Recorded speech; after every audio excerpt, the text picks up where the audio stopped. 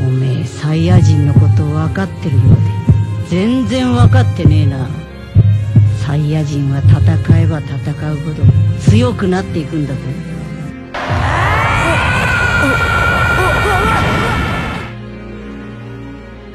Dans Dragon Ball, mais plus particulièrement dans un shonen, il est crucial pour la progression du protagoniste d'évoluer tout au long du manga. Pour y arriver, de nombreux moyens peuvent être utilisés, comme par exemple les techniques, l'entraînement, mais aussi les transformations. Mais dans Dragon Ball, la transformation n'est pas forcément l'objectif. Non, celle-ci est plutôt le résultat de quelque chose. Donc, comme dit plus tôt, ça peut être l'entraînement, mais aussi la colère ou bien la détermination. Bref, pour faire évoluer le protagoniste d'un manga, il est parfois nécessaire que celui-ci passe par de nouveaux états. Et peu importe la façon dont ces états seront atteints par le personnage, tout sera expliqué et justifié par le scénario. Cependant, les antagonistes, eux aussi, pour élever la barre de plus en plus haut, peuvent eux aussi posséder leur propre transformation. Et c'est justement ce sur quoi on va s'attarder aujourd'hui.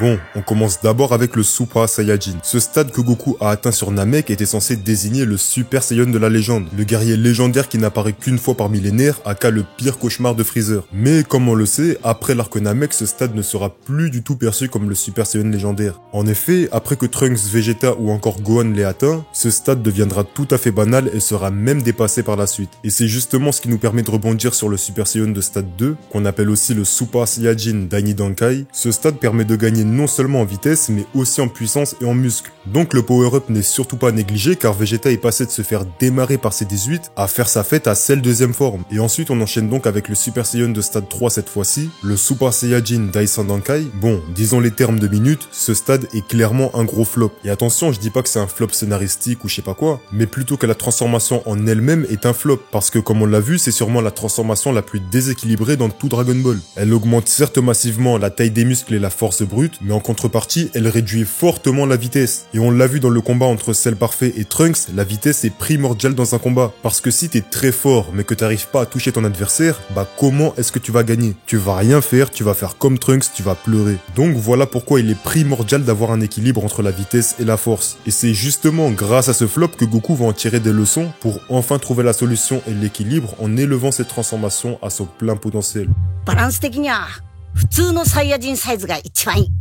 そいつがよくわかった。それが当たり前の状態に持っていくんだ。まずはスーパーサイヤ人になった時の落ち着かねえ気分を消すことから始めた方がいい。 Bon, on a parlé du Super Saiyan sous toutes ses formes, donc maintenant on va parler du Super Saiyan 2. Ce stade confère à son utilisateur un gain musculaire, mais aussi un gain dans tous les domaines. Que ce soit vitesse, puissance, dans absolument tous les domaines. D'ailleurs, cette forme a pour particularité de donner un air très déterminé au Saiyajin. Et on a ensuite le stade du Super Saiyan 3. Ce stade est clairement le fruit de l'entraînement de Goku. Il a pour but, tout comme le SSJ2, de booster complètement les capacités du Saiyajin. Cependant, l'inconvénient avec ce stade, c'est qu'il consomme énormément d'énergie. Et c'est justement la raison pour laquelle Goku aura du mal à vaincre Majin Buu.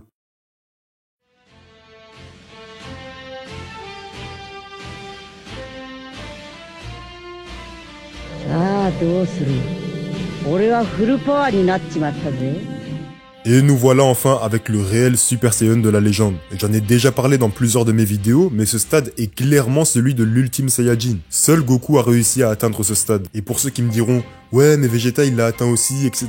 je sais pas quoi », bah ok, Vegeta a réussi à se transformer en Super Saiyan 4, mais là où Goku l'a fait entre guillemets naturellement, Vegeta lui a eu besoin de l'aide de Bulma. Et après avoir atteint le Super Saiyan 4 une fois, il aura plus jamais l'occasion d'en redevenir un. Donc là où tous les ingrédients étaient réunis pour Goku, bah là Vegeta il a clairement eu besoin de se doper. Enfin bref, pour atteindre ce stade, Goku a dû renouer avec ses origines Saiyan. Et donc si on analyse bien, le Super Saiyan 4 est bien le Super Saiyan ultime, puisque depuis l'arc Namek, inconsciemment ou non, Goku a entamé cette route jusqu'au Super Saiyan ultime. À chaque transformation, il n'a fait que puiser dans ses origines. D'ailleurs, même l'adaptation en animé du manga Dragon Ball nous a illustré ça avec une animation particulière, comme par exemple avec Goku, lorsqu'on le voit passer pour la première fois en Super Saiyan 3, mais le Super Saiyan 4 accentue encore plus la chose, avec d'une part le Golden Ozaru, et d'une autre une animation où Goku semble clairement renouer avec ses origines Saiyan. Et c'est après l'aboutissement de son évolution qu'on constate que Goku est bien devenu le Super Saiyan légendaire, celui qui n'apparaît qu'une fois par millénaire et qui aura su tirer tout le potentiel de ses origines.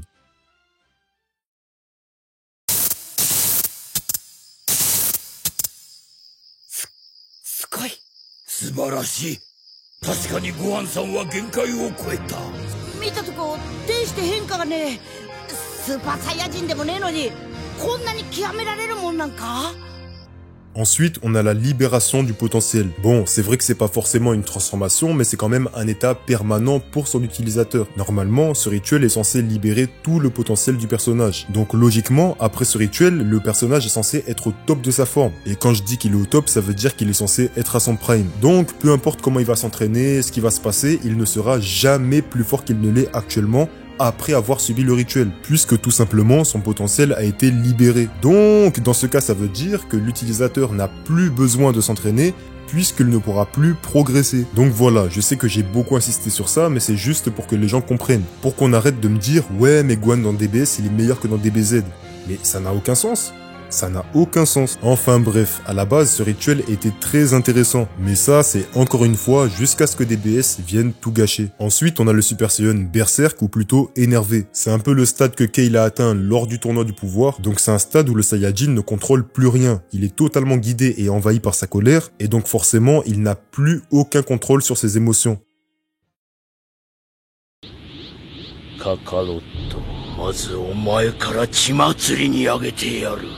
Comment parler des meilleures transformations sans parler de lui? Broly DBS. Non, je rigole. Là, on va parler du Broly du film 8. On a un exemple concret de la badassitude. Cette transformation a clairement fait de Broly ce qu'il est aujourd'hui, mais elle a aussi marqué à vie les fans de Dragon Ball. Enfin bref, là, contrairement au Super Saiyan Berserk, sous cette forme, Broly semble complètement libéré. On n'a pas des cris de colère à gogo. Non, sous cette forme, Broly semble avoir un certain contrôle sur ses émotions. Et d'ailleurs, je dirais même qu'il les contrôle mieux sous cette forme que lorsqu'il est en Super Saiyan ou en forme de base. Cependant, à plusieurs reprises, on semble comprendre que Broly ne maîtrise pas cette masse de ki ahurissante, à tel point qu'il dit lui-même Enfin bref, pour moi cette transformation fait clairement partie des meilleures de Dragon Ball. Non seulement pour ce qu'elle représente, mais aussi pour le chara-design qu'elle a apporté à Broly.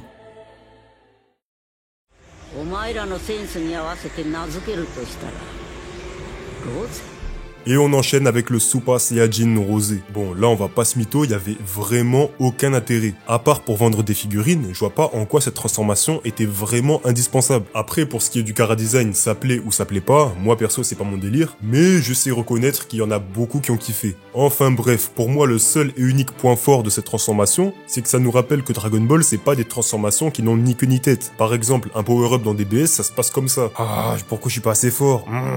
Je suis trop faible.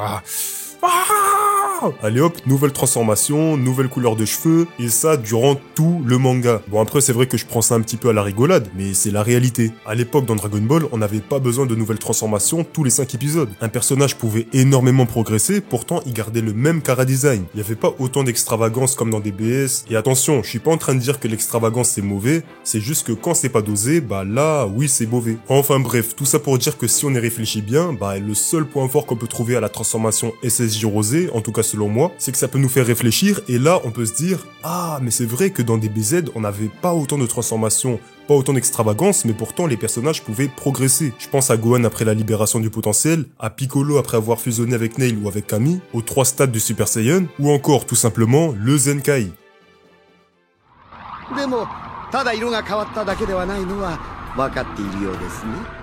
Et maintenant, on a la transformation, ou plutôt les transformations de Freezer. Là, je vais pas parler des formes qu'on a vues dans l'arc Namek, mais bel et bien des formes Black et Golden. Bon, je vous mets au défi de me trouver l'utilité de cette transformation dans les commentaires. D'ailleurs, si vraiment vous êtes chaud, dites-moi aussi si oui ou non, les formes Black et Golden étaient indispensables pour Freezer. Et si oui, dites-moi pourquoi. Bon, trêve de plaisanterie. Maintenant, on va s'attaquer à des antagonistes qui possèdent de réelles transformations, qui ont un réel but scénaristique. Bon, déjà on a Freezer avec ses formes dans l'arc Namek. Comme on le sait, Freezer est très arrogant. Alors à quoi bon se mettre à fond dès le début? Non, le mec s'est amusé avec tout le monde et il a haussé le niveau uniquement lorsque c'était nécessaire. D'abord, il s'est battu en forme de base face à Vegeta, puis pour le surclasser, il a sorti sa deuxième forme, et lorsque Piccolo est arrivé pour prendre la relève, Freezer a sorti sa troisième forme. Et enfin, pour conclure, Vegeta a bénéficié du Zenkai, donc Freezer est passé en forme finale. Et encore, c'est pas tout, parce que même face à Goku, Freezer n'était pas à fond, et c'est seulement lorsque Goku passera en Super Saiyan qu'il révélera toute l'étendue de sa puissance.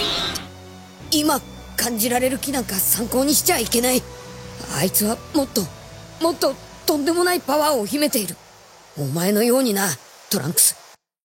逃げられるとでも思ったのか私か。素晴らしいスピードに私自身も驚いているよ。Ce personnage reflète bien ce que j'ai dit précédemment. Pas besoin de nouvelles transformations tous les 5 épisodes pour montrer qu'un personnage a progressé. Cell n'a fait que absorber l'énergie des civils et de Piccolo pour progresser. Il est passé du stade où il n'était même pas de taille pour affronter les cyborgs, au stade de les affronter tous en même temps, ainsi que Piccolo après avoir fusionné avec Camille. Et ensuite, bien évidemment, on a les absorptions, donc des formes qui nous ont été teasées depuis le début de l'arc. D'ailleurs, c'est même ce qui fera l'intrigue de toute la saga des cyborgs. Quelle est la véritable puissance de Cell lorsqu'il absorbe les deux cyborgs? On ne sait pas. Mais ce qui est sûr, c'est qu'en absorbant C17 et C18, il deviendra alors inarrêtable et il sera donc trop tard. Donc l'objectif dans cet arc est d'employer n'importe quel moyen pour empêcher Cell d'atteindre sa forme parfaite, quitte à détruire complètement l'une de ses proies pour préserver le monde du présent ainsi que le futur de cette timeline.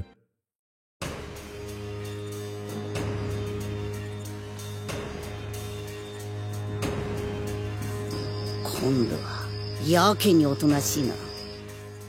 Et maintenant, on attaque avec Majin Buu. C'est un peu le même principe que Cell, à savoir absorber l'adversaire pour devenir plus fort. Mais ce qui est différent cette fois-ci, c'est que là où Cell devait absolument absorber les deux cyborgs pour atteindre sa forme parfaite, Buu peut quant à lui absorber n'importe qui. Le choix de la proie dépend entièrement de son choix à lui. Par exemple, Majin Buu n'employait ce moyen qu'en cas de danger ou lorsqu'il percevait une puissance capable de lui apporter énormément. Comme on l'a vu avec Gohan, Gotenks ou encore Végétaux. Le seul cas où Buu a utilisé l'absorption sans être véritablement surpassé, c'est face à Gros Buu, où Buu Maigre a utilisé l'absorption pour ne faire qu'un avec sa part gentille. Mais bon, on a bien vu que le mal a pris le dessus.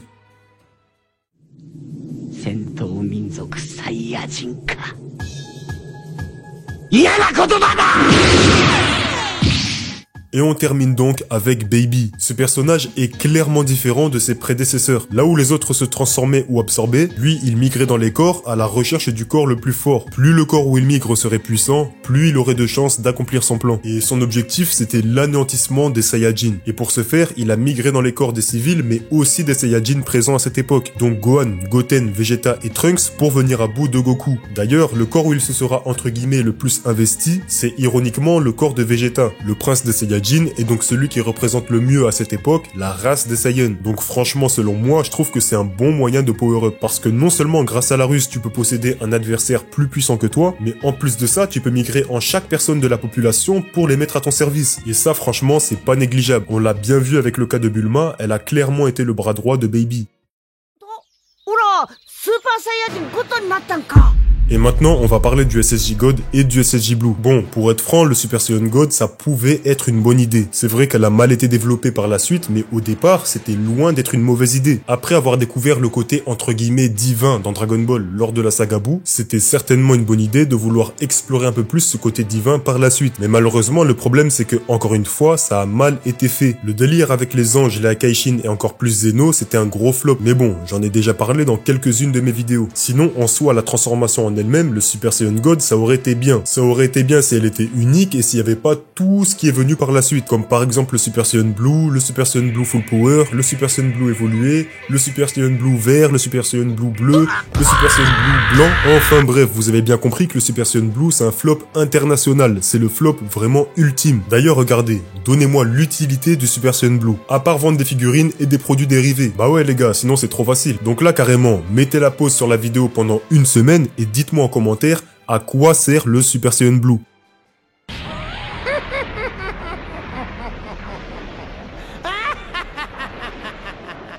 Et maintenant, préparez-vous, on va voir quelle est la meilleure transformation de Dragon Ball, en tout cas selon moi. Bon, je pense que tout le monde devait s'en douter, mais les gars, on va pas se mytho. Le Super Saiyan 4, c'est vraiment la meilleure transformation. Attention, je rappelle que c'est seulement mon avis à moi, donc après, donnez-moi le vôtre en commentaire, mais en tout cas, moi, mon avis pour moi, les gars, c'est clairement le SSJ 4. Il a absolument tout, le flow, la batassitude, le background et le scénario, il a vraiment tout pour lui. Et ça, c'est sans parler de sa mise en scène, parce que c'est vraiment l'une des meilleures, si ce n'est même la meilleure de tout Dragon Ball. On a eu une belle mise en scène avec le Super Saiyan, c'était énervé. Après, on a eu le Super Saiyan 3 aussi, c'était pas mal. Mais les gars, pour le SSJ 4, on voit qu'il y a clairement eu un travail effectué en profondeur. Donc voilà les gars, désolé pour ceux qui pensaient que ça allait être le SSJ Blue, le SSJ Rose ou je sais pas quoi. Non, on n'est pas comme ça sur cette chaîne les gars. Nous on aime ce qui est fait avec de la passion, du vrai Dragon Ball. Tu me parles de Super Saiyan, Super Saiyan 2, Super Saiyan 3, Super Saiyan 4 si tu veux, mais pas du SSJ Blue. D'ailleurs, là je vous l'ai dit, ma transformation préférée c'est le Super Saiyan 4, mais si je devais en choisir une deuxième, ce serait sans aucun doute le Super Saiyajin. J'en ai encore des frissons, je me rappelle quand j'étais petit, je pétais les plombs devant l'écran. Les gars, j'ai voté le SSJ 4 parce que ça conclut ce qu'a mis en place le Super Saiyan, mais en deuxième choix, il y a zéro débat, c'est le Super Saiyajin. Parce que non seulement ça m'a marqué, mais bon ça je pense que c'est pour tout le monde, mais en plus de ça, on n'aurait pas eu tous les stades du Super Saiyan, le SSJ 2, le SSJ 3 et donc forcément